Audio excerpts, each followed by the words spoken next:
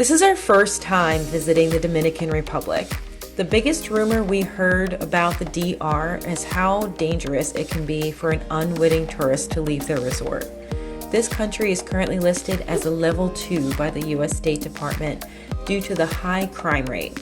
Today, we are venturing outside the safety of the cruise port gates to find the real Dominican Republic.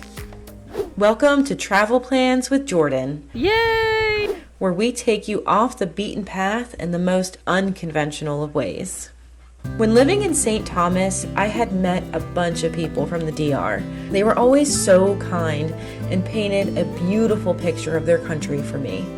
When most people think of the Dominican Republic, they think of beautiful sandy beaches, cigars, and maybe even Sammy Sosa. I wanted to see for myself what this place was all about. Today, we are heading from Amber Cove, which is one of the cruise ship terminals in Puerto Plata, to the countryside of the DR, where we will explore via dune buggy. We left the port in an open-air truck and had a really nice tour and history of the historical Puerto Plata. Although tourism brings in the most amount of money, farming and car part manufacturing actually come in close second and third for this country. Baseball is a huge sport and source of pride for the people here in the DR. Although considered a middle-income nation, patches of poverty can be seen here and there. Our guide told us some people only bring home $36 per month and somehow manage to survive. Once we were out of the city, the beautiful landscape really begins to take shape. If you Google search the DR, you'll find photos of high-end resorts and pristine white beaches. There is hardly any mention of the beautiful countryside. But this is the part of the country where the real people live. At the ranch, there are incredible views of the mountains and the ocean. Horseback riding was also an option here, but it's really not my thing. Our guide gave us a little background on the ranch, safety, and some local liquor called mamajuana. Mamajuana is what I said, made with rum, red wine, and spices. You can find it pretty much everywhere in the DR, but today he was not giving out any samples. Finally, we're strapped and ready to ride. Never gets you anything.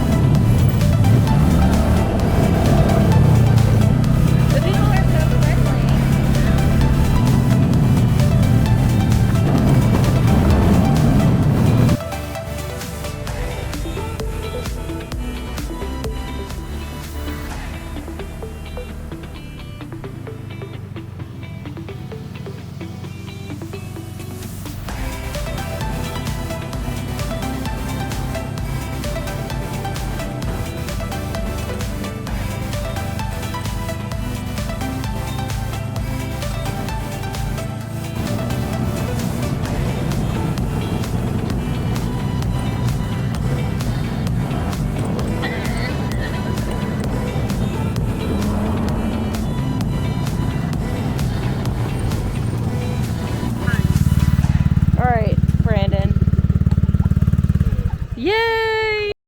I'm heading back to Amber Cove with a new appreciation for this beautiful country. Amber Cove is totally gated and you have to show your ID to get back in. There is a massive pool with a swim-up bar and cabanas on the water that you can rent for just $400 a day. This is a stark contrast to the way the locals live. Brandon and I joked that this is a place where our parents need to visit. But in all seriousness, everyone should make a stop here and get to know what's outside of their resort or port gates. It is truly a humbling experience.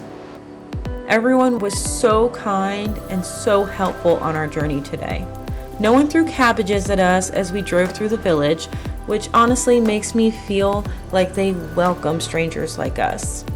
I felt welcomed and was pleasantly surprised at how safe I felt the entire day.